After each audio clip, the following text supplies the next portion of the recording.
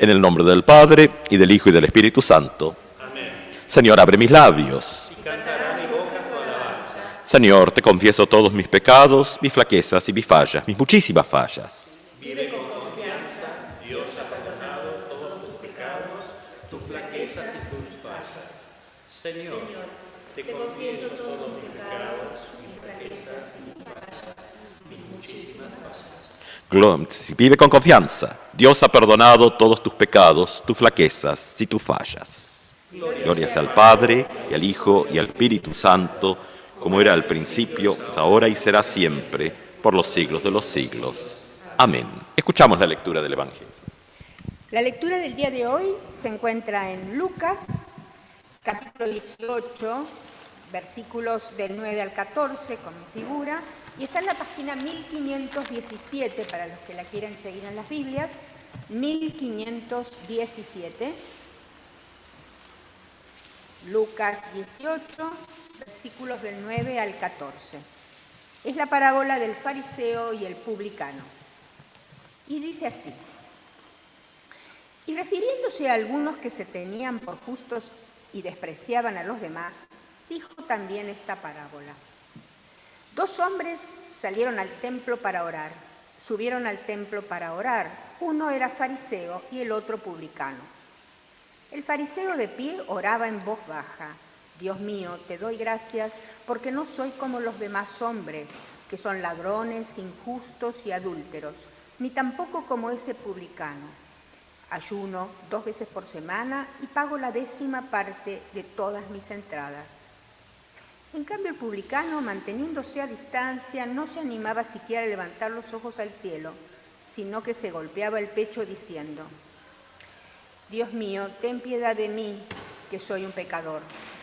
Les aseguro que este último volvió a su casa justificado, pero no el primero, porque todo el que se ensalza será humillado, y el que se humilla será ensalzado. Es palabra inspirada por Dios. Te alabamos, Señor. Gracias, paz a ustedes, de Dios nuestro Padre, de su Hijo Jesucristo. Amén. Bueno, tal vez una parábola conocida, esta parábola del fariseo y publicano.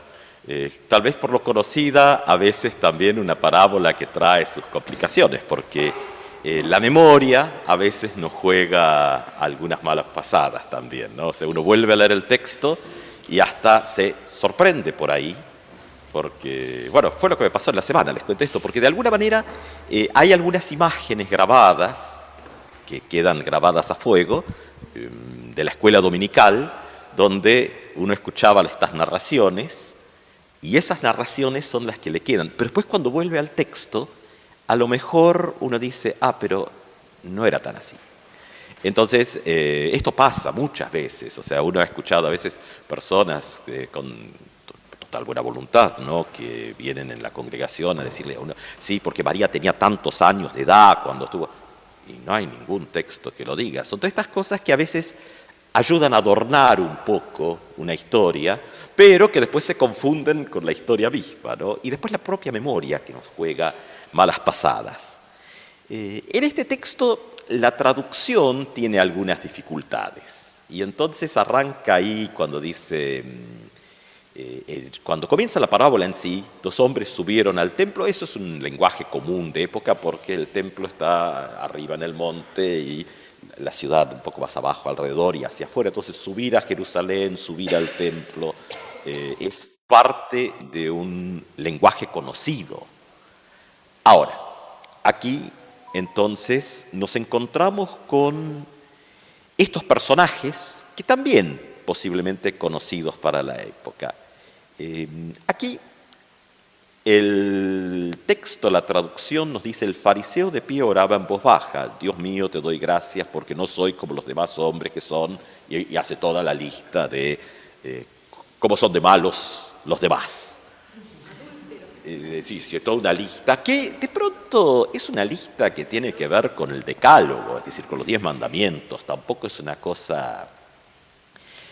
Ahora, hay algunas dificultades de traducción.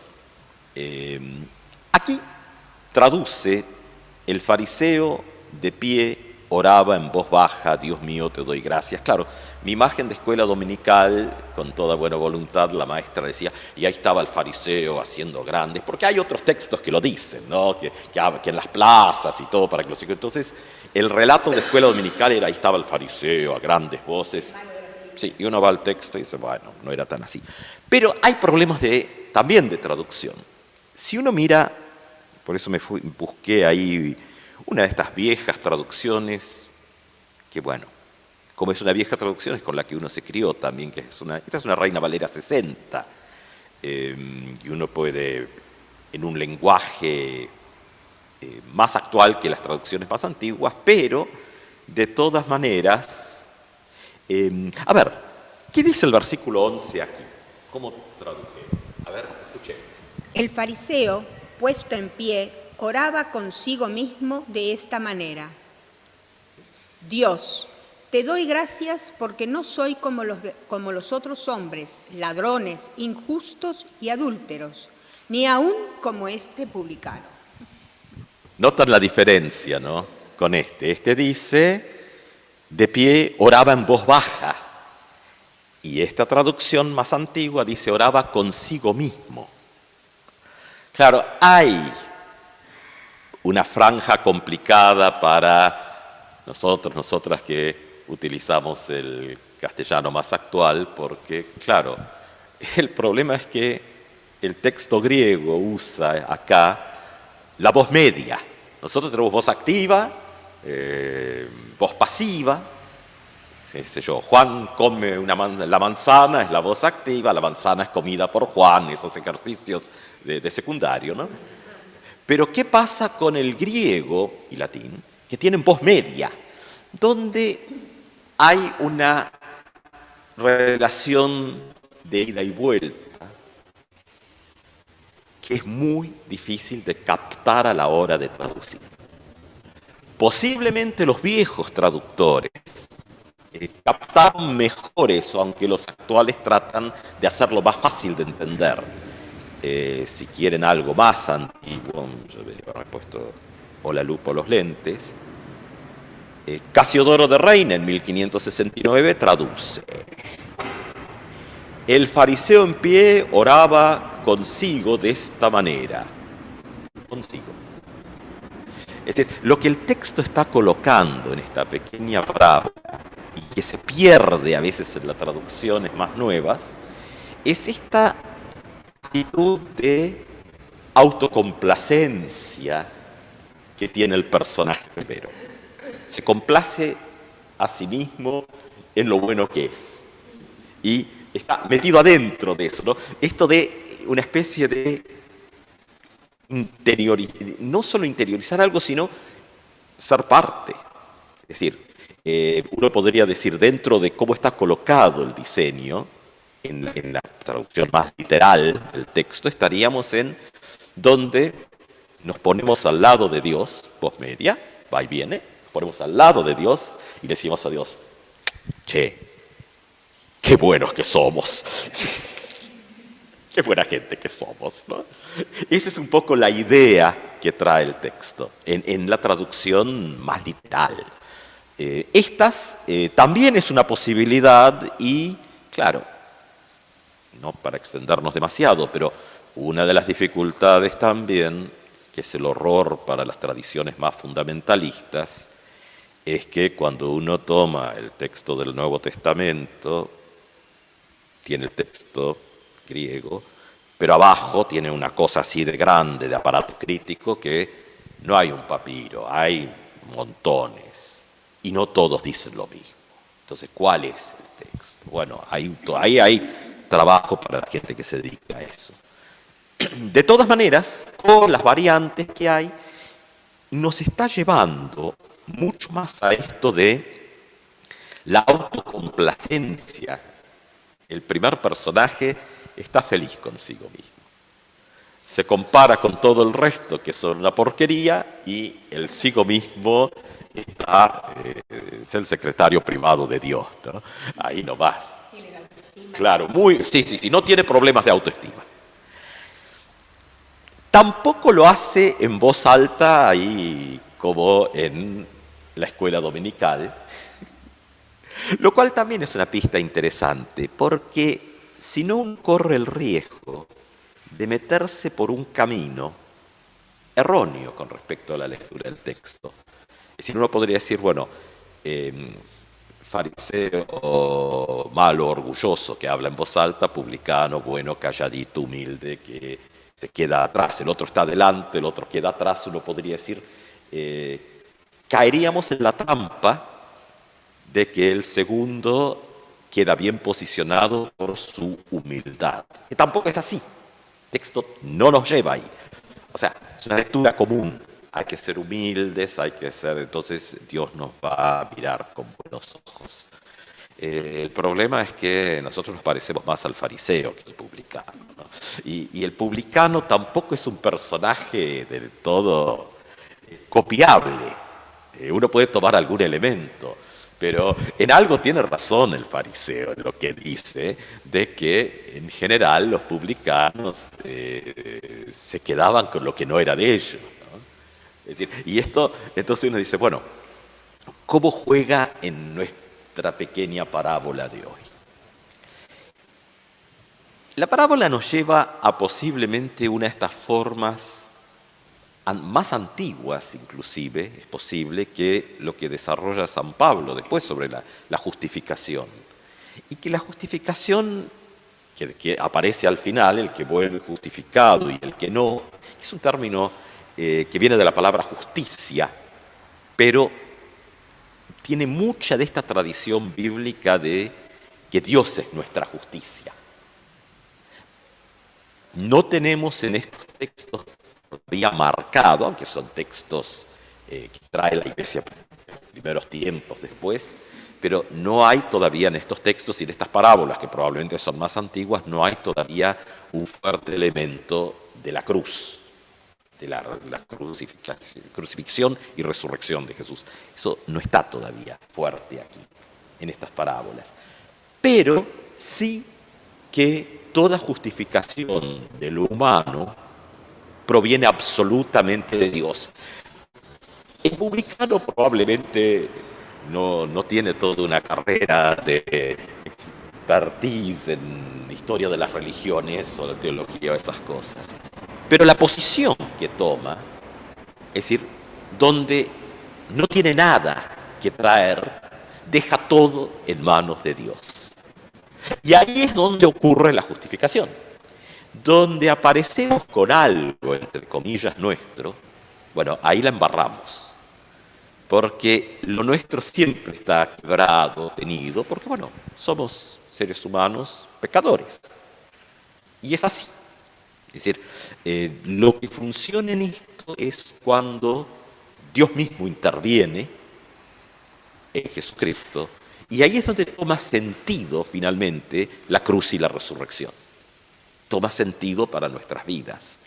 Cuando ante Dios simplemente quedamos abiertas y abiertas en gratitud. Nada más. Y esto entonces dejamos que Dios sea Dios y nosotros y nosotras podemos entonces ser simples seres humanos. Con todas nuestras fallas y todas nuestras... Porque el otro camino es un camino que nunca termina de resolverse. Si lo tengo que resolver yo por mis propios esfuerzos, nunca llego. Esto está mucho en la experiencia personal, ahora que estamos en el mes de la Reforma de Lutero, ¿no? Lutero tiene esto de una obsesión por lo correcto.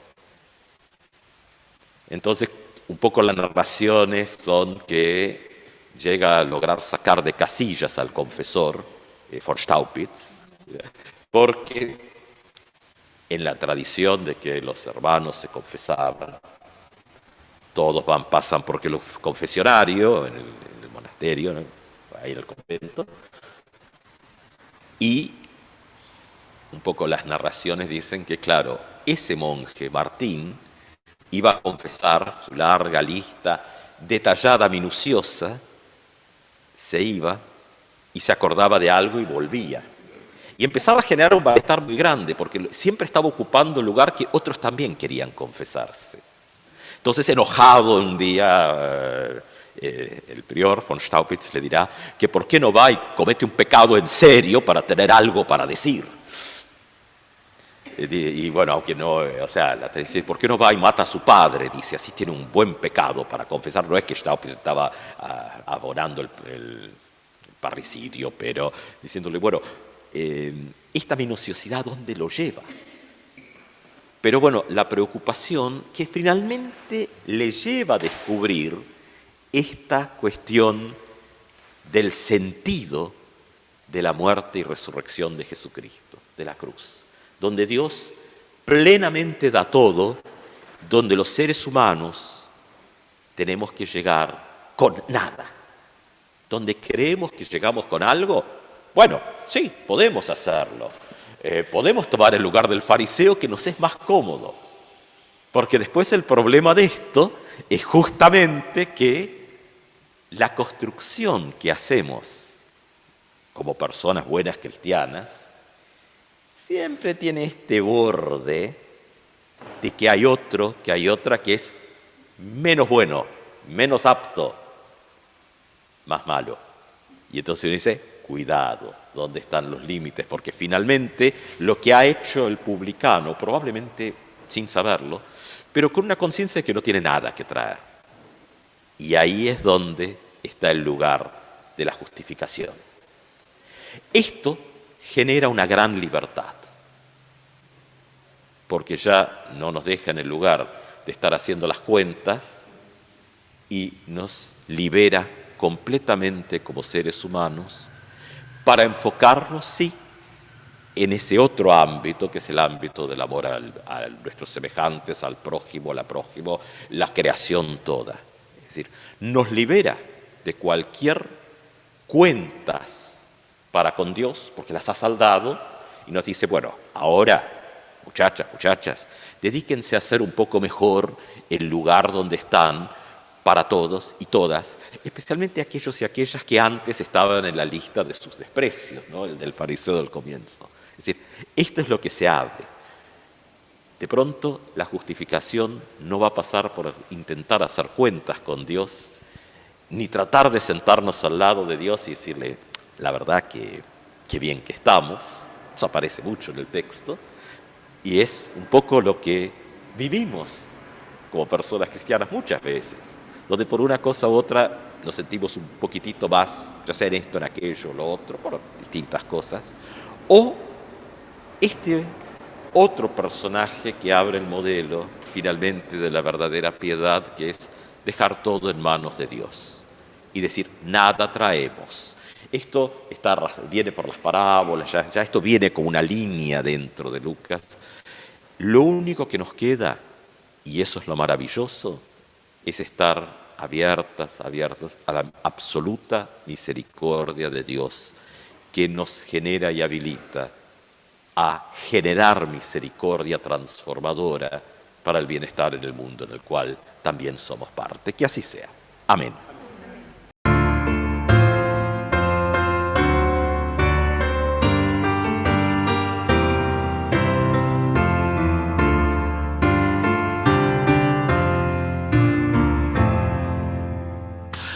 De rodillas partamos hoy el pan, de rodillas partamos hoy el pan, de rodillas estoy con el rostro al naciente sol. Oh Dios, apiádate de mí, de mí. Compartamos la copa en gratitud, compartamos la copa en gratitud. De rodillas estoy con el rostro al naciente sol. Oh Dios, apiádate de mí, de mí. De rodillas loemos al Señor, de rodillas loemos al Señor, de rodillas estoy con el rostro rostro al naciente sol. Oh Dios, apiádate de mí.